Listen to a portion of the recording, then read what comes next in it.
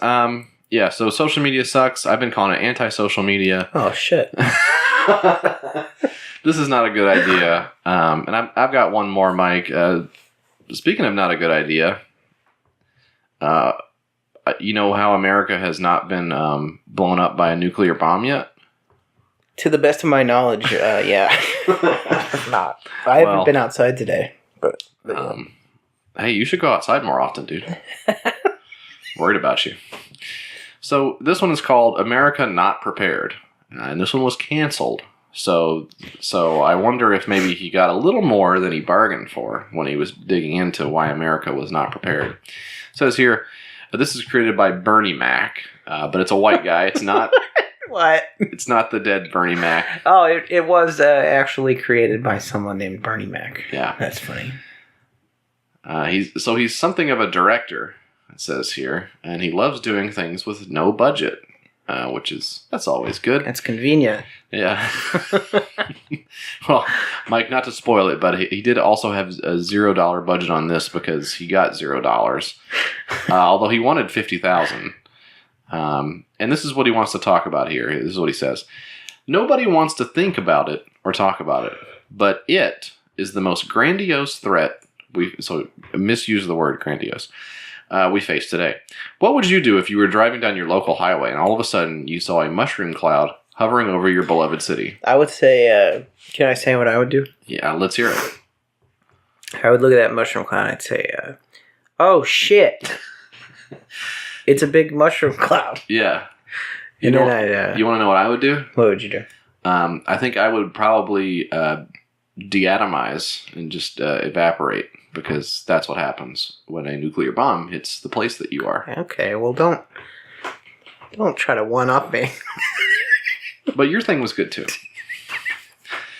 It says, do you have a plan? Have you even thought about how you'd save your life and your family? I think about this, in all caps, every day on my way home from work in New York City, and it scares me. So this guy's got some mental stuff going on. Well, just... constantly thinking about being blown up in nuclear war is maybe... I think if you think about death a lot, you're fine. Right? Ooh. Let's not step into that wasp nest, as the phrase goes. I think about stepping in a wasp nest every day. He says, everyone is flying by the seat of their pants with a nonchalant, and he spells chalant like a chelada. Yeah, that's not any kind of spelling of that word. You know what? That's nothing, what you wrote there. I don't know about you, but I sure as hell don't want to die, especially from radiation poisoning. Well, you assume too much. That's exactly how I want to go. He says, I can't even handle a stomach virus. So he's also doing stand-up in the middle of this. I am not a paranoid person, beg to differ, and my intentions are not to scare you, but to make us a nation that is aware and prepared. In this day and age is like a really dumb guy phrase, isn't it? Yeah. Smart people don't say this day and age. If you ever hear somebody say in this day and age, they're stupid. They're about to say something very stupid. So this guy says, I used to think living on Long Island and staying away from NYC as much as possible would help me be protected against any sort of nuclear explosion in the city. Turns out, I'm wrong!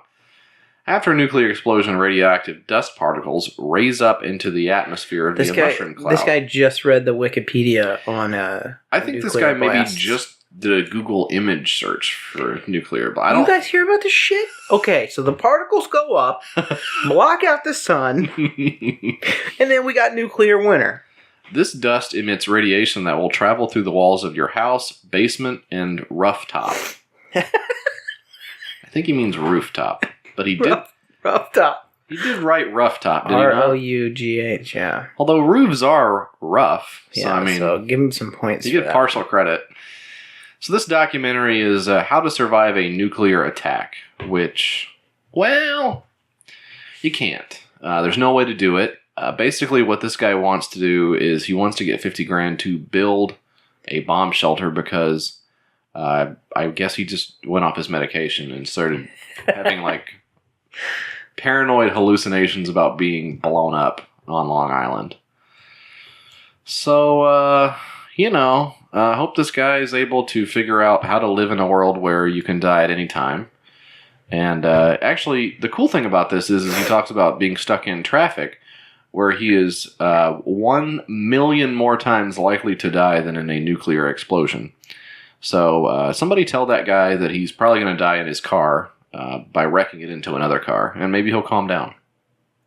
You know what I would do if there was a nuclear explosion and I didn't want to get sick from the radiation? Just close your window, dummy. Right? Well, yeah, but it'll go right through your rough top, so... Yeah, well, that's why you...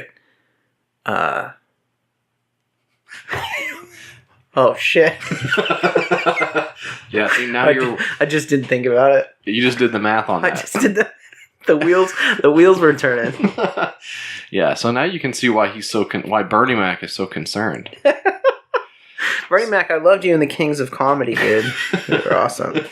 So 0 out of 50 grand is what this guy got. For $1, you could have gotten a thank you note. For $5, you could have gotten a thank you call, which I think I would pay $5 to have this guy not call me. For $15, you get the end credits. $25, you get a survival guide about how to survive a nuclear war. Which, honestly, at $25...